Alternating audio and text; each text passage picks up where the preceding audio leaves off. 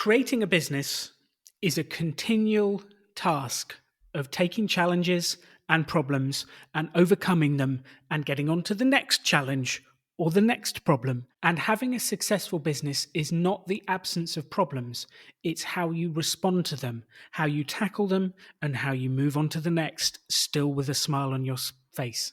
Because you will always have problems, you will always have challenges, and there is always a new one coming. And actually, based on that, one of the things you asked me in the feedback from season 1 is, can we catch up with the people you've had on the show and hear what they've been up to? So this episode, we've got Adam from Craft Box Club back, and we'll be talking about what's happened since the Jennifer episode.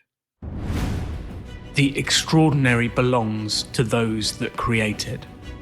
Rebelling against business plans and debt, rebelling against what society expects of us, to build cool businesses, make money, have fun, and do good. Let's create something extraordinary together. Welcome to The Rebel Entrepreneur.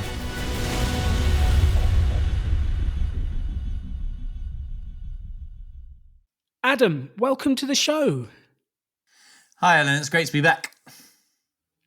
I'm glad you're back. I've been looking forward to hearing what's going on. And actually, we've been Facebook messaging. I've been watching your success in a stalkerish way on Facebook and enjoying it. So what's happened? What's happened since we last spoke, since you chatted to Jennifer? What's been going on? So since we last spoke, I think when we've been communicating on Facebook, I've just been sending you, quite excitedly, a series of ever-increasing numbers. I just get a random 2-digit or 3-digit number every now and again. Yes, well, up to 3-digit now, which is good. So I got this would be the number of subscribers that I've managed to reach. So I've gone far. I can't remember. I think when we spoke last time, I was around the 80 subscribers mark. You were indeed, yes. And the numbers have been going up ever since, which I'm really pleased with. So tell me, what are they subscribing to? What's the package? So Craft Box Club is an eco-friendly craft subscription. So when people subscribe, they get a box of stuff to make a craft project with, and it comes with a video guide. Awesome. And what was the most recent one? So I've done a few kits for Christmas in order to keep the stock going pretty much. So the first Christmas box was a pom-pom ring, so like a miniature wreath with some pom-poms on it. And the second one was a parrel star, which is a lantern star. If you've seen the Disney Plus adverts, there are parrel stars all over that. It's a traditional Filipino Christmas decoration. Awesome. So people get the kit delivered to their home, they can build it with their families and then use them. Yeah, exactly. And the challenge we were going over with Jennifer was how to increase the numbers, how to grow the business, how to get more subscribers. And you're right, we were about 80 odd back then. So you've had some growth, which we'll get to, but what did you do afterwards? What's the work you've done that you think has made a difference over the last 2 or 3 months since we chatted? So I think the main thing really it was having a fresh look at the website and really changing the experience for people who are coming across it. So I think I mentioned that I was worried about on Google Analytics you get this thing called the bounce rate, which is basically shows you how long people stay on the website, and the bouncing was pretty high, so people were bouncing away. So I was worried about that, and people basically stumbling across it and finding that it wasn't particularly useful. So I really took a closer look at the website and tried to improve that. So how did you practically go about that? Was there specific tests you did? Like what practically? Because I think one of the things we always love on this show is what can I actually do? Because bounce rate is an interesting number to look at. Do you remember what yours was up around? Well, this might be disappointing for you, Adam, but I think it was at about 91%. And would you like to know what it is today? Have you got it down to 90? It's now 89.97. So you've gone down 1% and a bit. There we go. You've reduced the bounce slightly. But there is an interesting concept in personal development of the 1% change. You make a tiny change over a big enough number, and it will make a massive change to your business. So you've made a little bit of progress, and you've tweaked the website. So it's not the bounce rate then. What is it that's actually made the difference? So I think this is what this has shown is it's made me think about how what the website is for in a slightly different way. I'm basically not so worried about the bounce rate now. I don't think it's going to be a useful statistic for me. What's happened though is that the number of users has gone up a huge amount, and the length of time they spend on the site has gone up, and that's gone up about 15%. Wow. which is a bit better, and it's still only 42 seconds. But I think, as we were saying last time, in internet time, that's quite a long time. That is indeed. It is indeed. Because you can read the whole homepage, you can read a few paragraphs, you can have a look at those different elements in 42 seconds, definitely.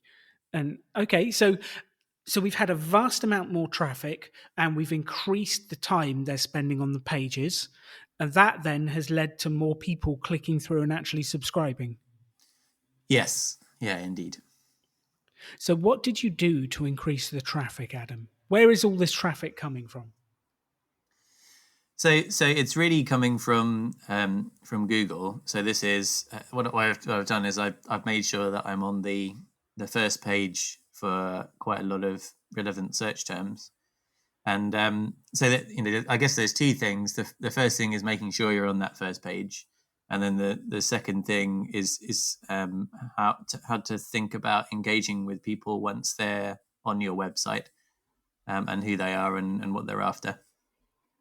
I love that. So how did you go about getting on the first page of Google for certain terms? So what are those terms so someone can Google it right now? So it's things like, the main thing is CraftBox subscription. Okay. And so I think that really the main thing is that, and this is something that the reason I chose CraftBox Club as the name of the business, and I've got CraftBox Club as the domain name. So I think people who are going to be looking for craft boxes, Google's going to point them towards craftboxclub.com, and be quite friendly to that URL. I'm talking about Google and my phone knows that, so it's trying to talk to me.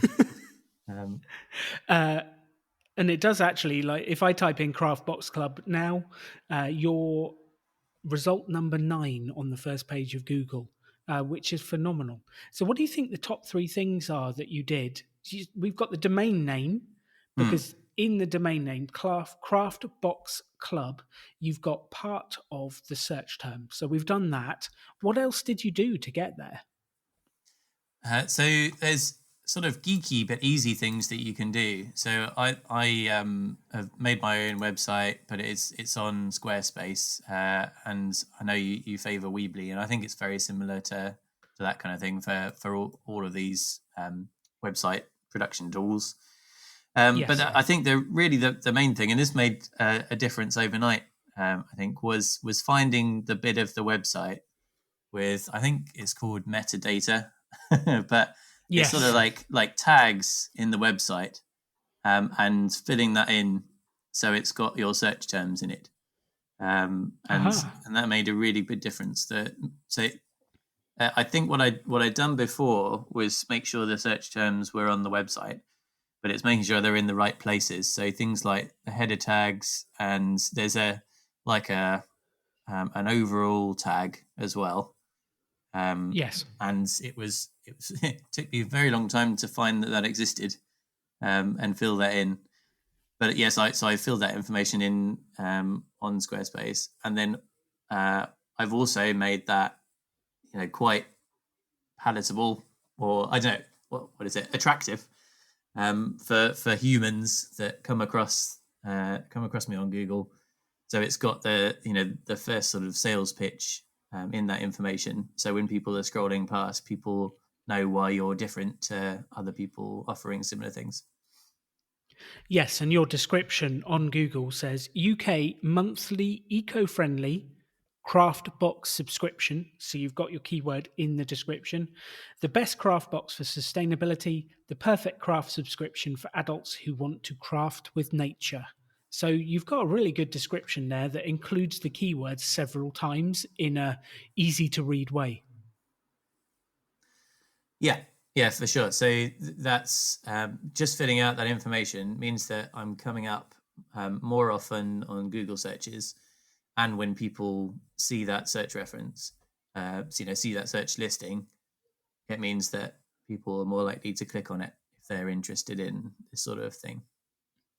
Yes, definitely. Okay, so that's increased the traffic. And do you think that's the sole driver of the traffic, or have you been doing other things as well? So I changed the front page. The first thing was it wasn't really displaying that well on mobile, so I did something to make the picture sort of fill the screen, things like that. So some formatting, and I've made it feel cozier as well. Yes. So the font was a bit corporate before. It's much more is showing that it's eco-friendly without having to use the word eco-friendly over and over again. So it looks cozier, it's a bit easier to read, and I've hopefully made the reviews and the examples of the boxes a bit more obvious. And then before, what I was doing was I was immediately taking people to a list of previous boxes. And Yes. the boxes had the video guides against them, so it's quite easy to get lost in that, and go and watch a video guide, and then forget that you might want to buy one To purchase. yeah. So now you can immediately get hit a button saying shop craft kits, and then that shows you what the range of craft kits that we've had before, and some that are available. So if you want, if somebody wanted to buy one of those kits, then they can, immediately do it rather than just going, oh, this is interesting. And then there's also a button on that shop that says subscribe and save. So you basically get a better value option if you subscribe. Yes, and there's a button immediately. We're recording this just before Christmas. There's a button that immediately says order your Christmas craft box, and we're still dispatching. And it's very clear. It's very easy to click buy. I love that. So yeah, the advice, I guess, to everyone listening to this is have a look at your website and see how easy is it for people when they arrive at the website to get the information they need and go to purchasing. And are you distracting them with stuff that takes them away from purchasing? Because we all have good intentions for entrepreneurs. We share as much value as possible. We share information. We do videos. But I think what you've just said to me, and correct me if I'm wrong, is the minimum amount of information that gets people excited enough to buy without swamping them with stuff. Yes, exactly. And I think the way that I've been thinking about it is that about 95% of the people who are going to be on this website, because they're coming from that Google search term, they kind of know what a craft box is and they're interested. So, I don't think I need to persuade people that they want to do crafting because they're already in the right place, the right place for that. This is just really showcasing why this sort of crafting would suit them or not, I guess. But trying to fit it with what they're after, and then providing a really easy way to get it. I love that. So let's go through what actually happened. So what are the results of this work been? What's changed for your business? So since we last spoke, my number of subscribers, and also because I'm selling individual kits, the orders have just really shot up. I love the vague answer, Adam. Can you give me some numbers? Like some numbers. Well, so the number of subscribers today is, so this is active ones with subscriptions still going. That's 223. That is phenomenal, Adam. That is phenomenal. To go from 80 to 223 subscribers is absolutely phenomenal. You must be beaming ear from ear, or are you just too busy filling boxes and sending them out the door? There's a bit of both. Yeah, it's been really busy, and we might talk later about the challenges of going from something that's a little idea to something with orders coming out every day. But yeah, it's brilliant, and it's well on the way to where I not let's not say my target, but where I sort of dreamed that this could get to. So I'm really pleased. Yeah, That's awesome. And how does it feel every time? Do you get a little noise when an order comes in? Do you get an email? Like, have you had that buzz of when the order arrives? Oh yeah, it's quite addictive, isn't it? Really. So I get a little email as soon as an order arrives, and yeah, I just I can't really believe it. And at the moment, I've got a spreadsheet to track all the subscribers. So pretty much whatever time of the day it is, I go and make sure I fill that in and count them up. I love that. It is intoxicating when you get that new sale come in. And Katie and I built a business a couple of years ago. There's a feature on Weebly that the app, if you've got it on your phone, it plays a ka-ching noise every time you get a sale, just like an old school till. And we launched the product and we're sat there going, is it going to make a noise? Is it going to make a noise? Is it going to make a noise? And I think it was about an hour, felt like 10 hours, but it went ka-ching. And that noise became addictive to us. It's like the business is working. I know it's sort of disbelief, I think, to start with, just to go, especially as I had quite a while before doing a bit of a pivot with this, with really not very much going on, to see regular orders come in. It's just fantastic. Yes, it is fantastic. And I think the message I'd love everyone listening to take from what Adam has just said is it's a little bit like a code, this business stuff. And if you can imagine, the code has pricing, it has the website setup, it has the promotion, it has all these different bits. And you almost need to play and twiddle the code dials to get the code all the way right. Because sometimes you can have the great website, but you haven't got promotion set up. Sometimes you can have great promotion, but the pricing's wrong, so people bounce off. And without all those elements lining up, and I think I'd love to give heart and energy, and maybe you could talk about this, Adam. Like, how do you get the heart and the energy to keep going when it's not quite doing what you want it to do? Like, where do you find that from? Because you've been at this for a while now. I think it just comes from the fact that I enjoy this stuff enough that I was just going to do it anyway. I've basically just had a year of not really selling anything, and in doing that, I'd really enjoyed that anyway. And it's definitely a different feeling and a better feeling to get more people to join in with me. But I think the energy just comes. I've thought a few times, does this make sense? And I've just thought, I don't want to stop doing this. It's fun. So that's really where the energy comes from. I love that, because we always say at Pop Up, why would you ever build a business that you don't enjoy doing?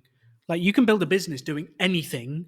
Why pick something you don't like? Because it just makes it that much harder to get up in the morning and do it if you don't enjoy it. And if you pick something you do anyway, like, it's incredible the energy and motivation it gives you. So I'm super impressed by what you've. Oh yeah, sorry. Yeah, I mean, so that one of the next steps that I was thinking about is really focusing on which bits that I really enjoy, and it's it's everything. It's most things really. it's not just the obvious sort of playing around with the crafts. I quite enjoy even making a box up. It's stuff like that. Just There's putting the something product incredibly together. there's something incredibly satisfying over putting it together and having an end result. Something incredibly satisfying over that. Yeah. So where do you go from here, Adam? Christmas is coming. The orders, that's going to, if you've got people ordering 6 month subscriptions, that's going to keep you busy for the next 6 months. Where's next? What's going to happen? So I'd really like to work on trying to make the most of the audience that I've got at the moment. So a lot of these are 3 and 6 month subscriptions, and a few annual subscriptions, which has been fantastic. What was great about the annual subscriptions is I didn't even sell those until this year, this month or last month. Wow. And it was somebody emailed me and said, "Can I have a year's one?" I was like, "Absolutely."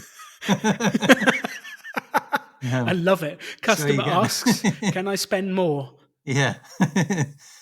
So I posted that product on the website pretty quickly after that. So, and I think I've sold 5 now, so that's great. But it's just making the most of those. So I've got a base of those I'd say 80 of those are ongoing subscriptions, and it's lovely to have people staying for 8-9 months now. But what I want to do is make sure that with these gift subscriptions over Christmas, they don't all drop off in 3 months, and I keep I think it's making the most of them. It's not necessarily I'd like to keep all of them on, but there are other things so I can use the people to spread the word, or maybe buy gifts for other people or something. I've got kind of eyes on this at the moment, and I'd like to do what I can with that. Yes, definitely. And now the task goes from sales to customer retention. And the key there, I believe, is usage. So I think the danger I can see, and this happened for Katie and I, we got given an Indian curry. Actually, Katie gave it to me, an Indian curry box. So you get a box each month that has a few of the herbs, a few of the bits, spices, and a recipe in it. And you're meant to make the curry, and then they send you a next box the next month. We never got round to doing it. And they sat there in the cupboard looking sad at us for some time. And I still to this day feel guilty that I didn't do them. But yeah, like, how are we going to make sure that people use them, love them, and get value out of what they've already paid for? Yeah, I think that's really the key task. I've been thinking about ideas like just providing a guide on the website about how to do that for yourself, and how to make time, because for a lot of people this is making time for themselves in a busy day. Yes. And for a lot of people it really helps with mental health, which is a really big thing at the moment. So I'm really passionate about not just selling these to people to sit there, but for people to engage with these kits and make kind of a positive change in their lives. So practically speaking, I do make sure that all of these kits are achievable. So that people don't need to be experts to do these, and that's really part of the overall mission, that they're all beginner friendly. So I hope that people aren't scared off doing these because they don't think it's going to turn out very well. Yeah, I think I need ideas on how to get people to engage a bit more. Do you collect people's phone numbers when they buy? No, I don't. This is something that you've mentioned before. Yeah, it's probably a good plan. I need. What has stopped you from implementing that? I don't know where where to do that on the website. It's as simple as that. Oh, another order has come in. Wonderful. It's great. So I'm just looking at the website and it's telling me that. Congratulations. Thank you very much. Yeah, no, I literally don't know where the box is, but I'm sure I could manage to find that out. But then, I would suggest that's a critical thing to okay, start adding in. The reason being, if you just left a voicemail for each of them, like you won't get through to most people, but you can leave a voicemail saying, "It's Adam from Craftbox Club, just ringing up to make sure you got the kit. You're happy, you know what you're doing. No need to call me back unless you've got an issue. I just wanted you to know I'm here if you need help." that sounds And what lovely. you'll find is if you leave the voicemail, they'll reply via email. They'll go, "Oh, yeah, that's in the cupboard. I should do it." And they'll plan a time to do it. I think that kind of personal touch, especially when you're launching your business, because the size you are now allows you to have that personal touch with customers. And that's going to be like, how many times do you get a call going, just checking in, you got the kit and you're happy? Like, does anyone do that? Yeah, no, yeah, it would definitely be it would definitely stand out. It's been really nice when I've had it's usually emails, but I've got the odd call from customers, and it's been really nice to have that engagement. And I think it would stick in their minds. It definitely would if I was a customer. I love that. You could also implement a sort of customer service bit. Have you seen the sort of Calendly type things where people can book a slot in your diary and talk to you? Yeah. So you could send an email out to all subscribers with the box saying, "You've got the January box. Uh, have great fun doing it. If you have any problems, book a 10-minute chat with me, Oh, yeah, I just in love that. case you have any problems." And then that gives them the space to come to you if they want to. That'll also help them to feel loved. Because I know when I've done boxes in the past and I get frustrated, that's when it goes badly. And you being the box person sending the box would never hear about it. Like you need to actively make it okay that they come to you for advice.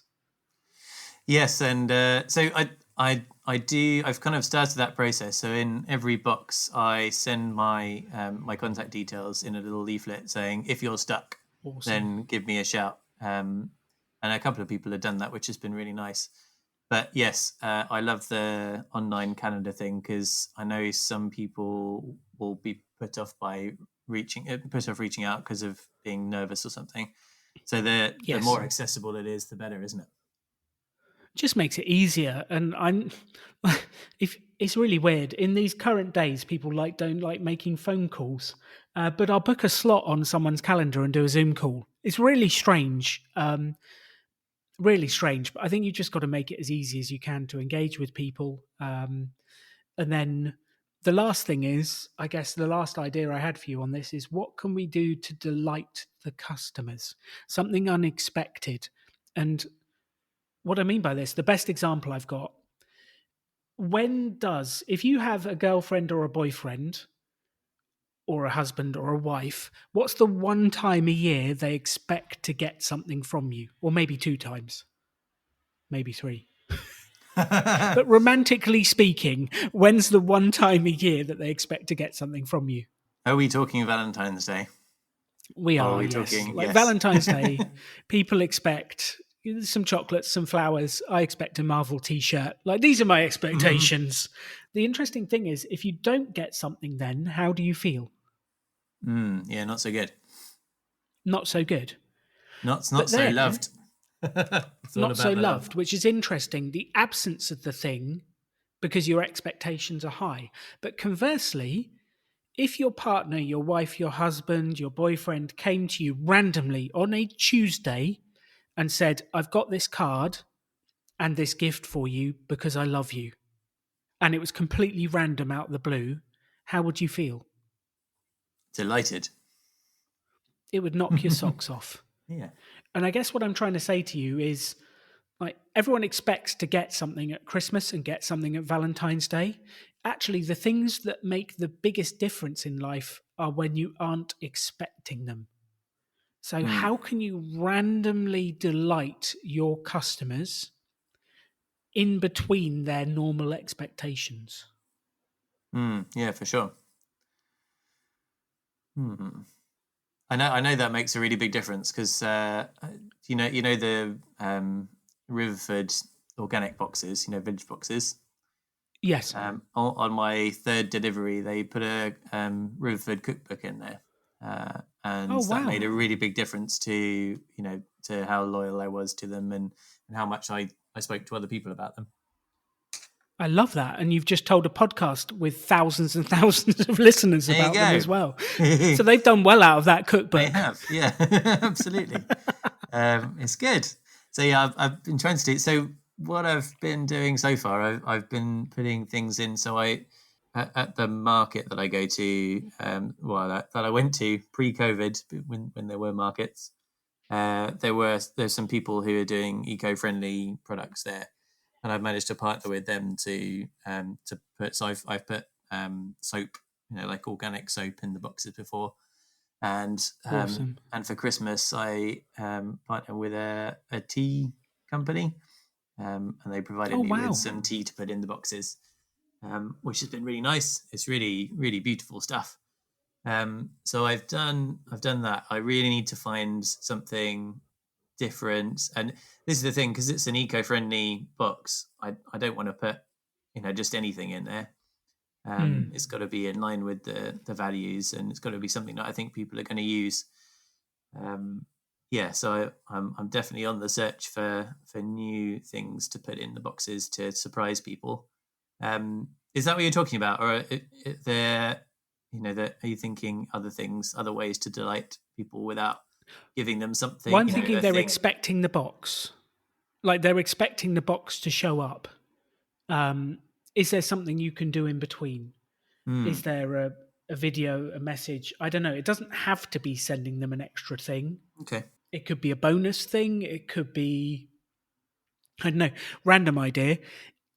This would take planning, but if they've got a 6-month subscription, for the sort of, you put one extra item in each box, and then you message them towards the end and say, if you've kept those extra items, this is what you can make.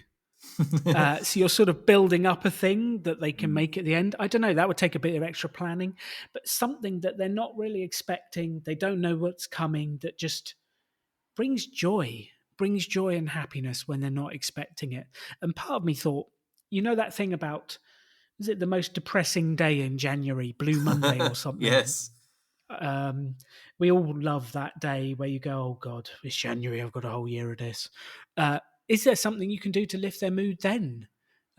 Maybe even if, who knows? But I just think customer retention is about sparking joy and positivity when they hear from you.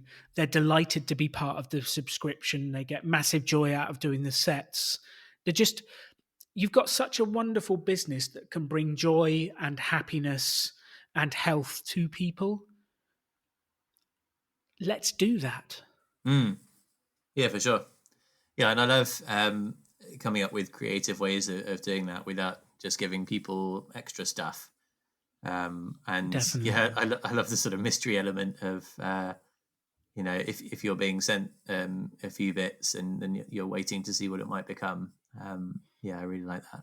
So, Adam, do you have any questions for me before we wrap up the podcast?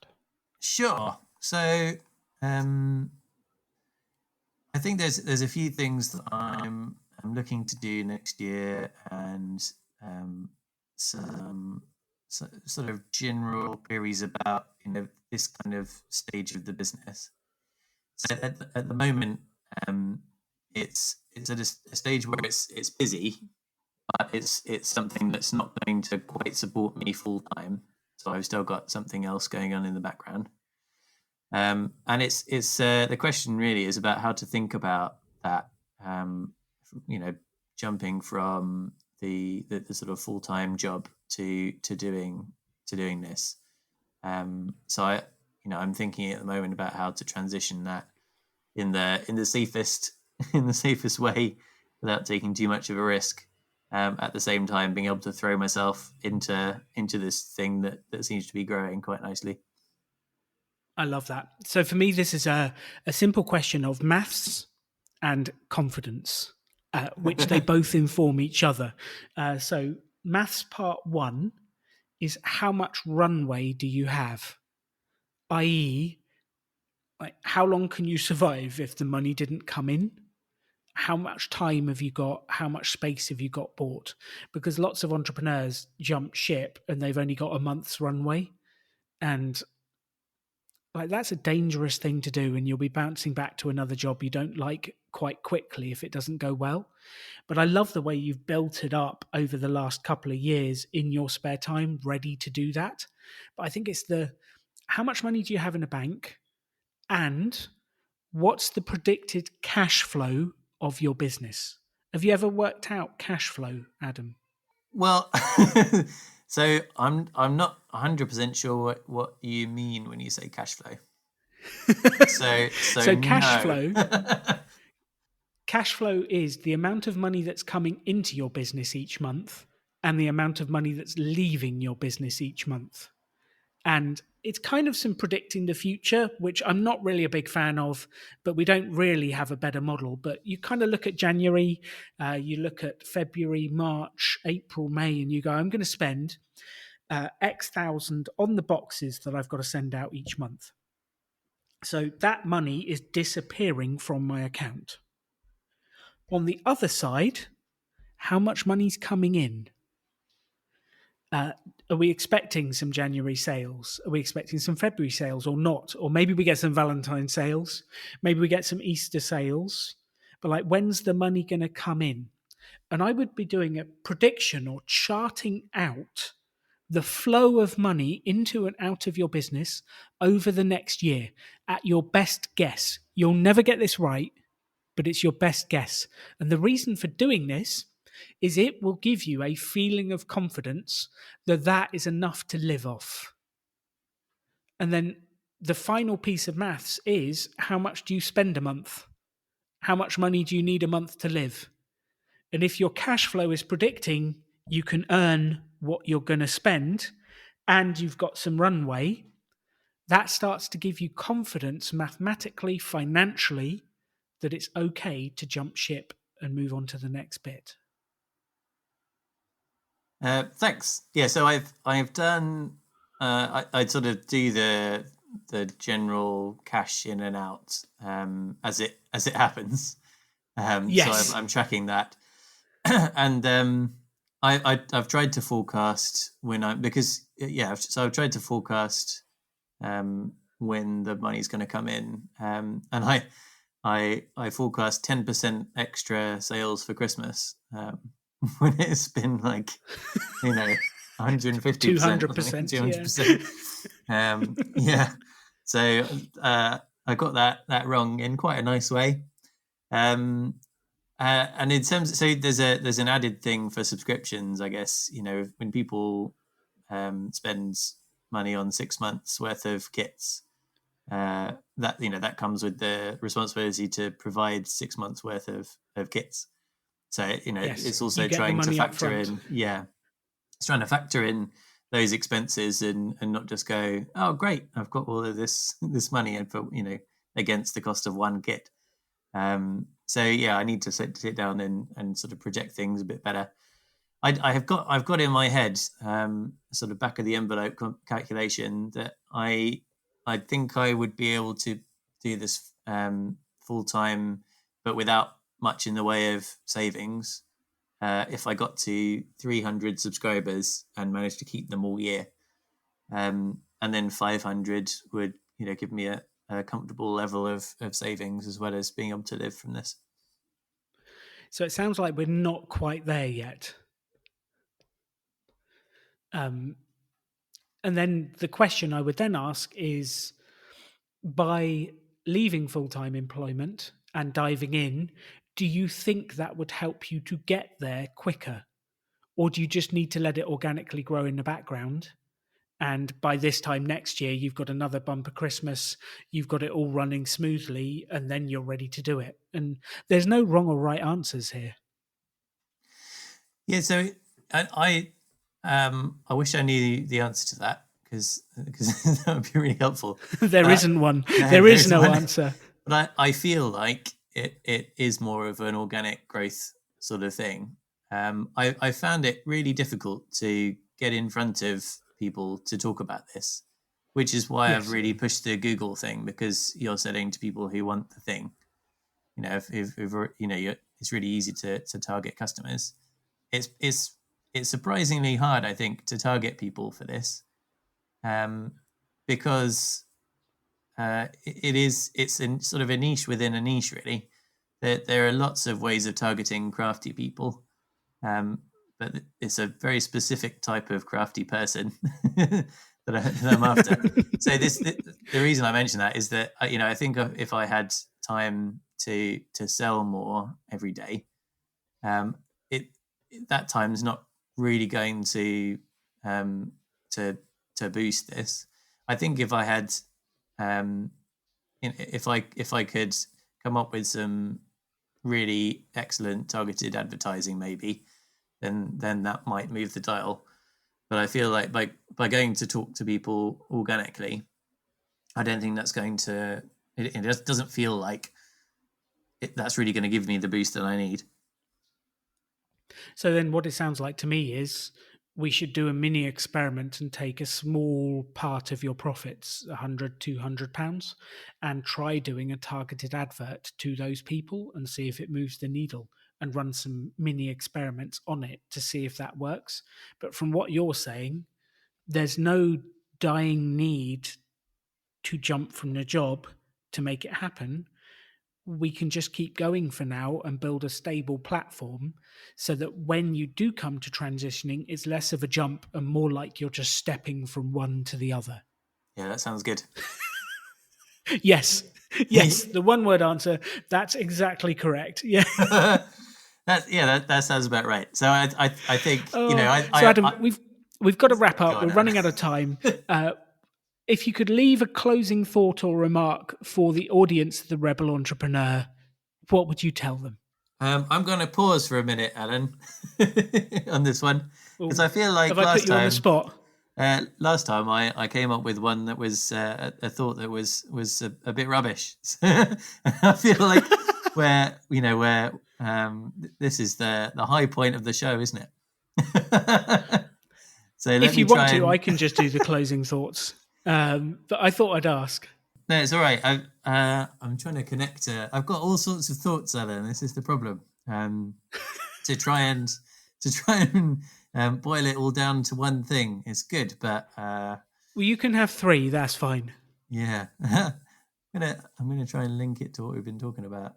Well, I'm gonna say so. I think the main thing when you start to get some success with your new business is to make sure that you stop and celebrate it, and that's something that I've not really done enough, but I'm certainly going to over Christmas, and that really gives you the energy to carry on doing this, and to celebrate your achievements and how you've managed to help lots of people. I think that's a great thing. Awesome. That's the number one. Yeah, I think so. Yeah, make sure you stop and pat yourself on the back. I love it, Adam. And the closing thoughts for me is business is a journey and it's a process. And you've just got to keep twisting the dials, twisting the combinations until you unlock the padlock and the success starts to come. And if you look at it that way, it's a game. And you can tweak the SEO, you can tweak the website, you can tweak the marketing, you can tweak the pricing, and just get your energy out there and work on building those business. Thank you for tuning in to The Rebel Entrepreneur. Go make it happen. I've loved chatting to you. You can have any life you want to. Choose to build something cool. Choose to take action. Choose to work to make your dreams become reality. Stand out. Be different. Be yourself. Be a rebel entrepreneur.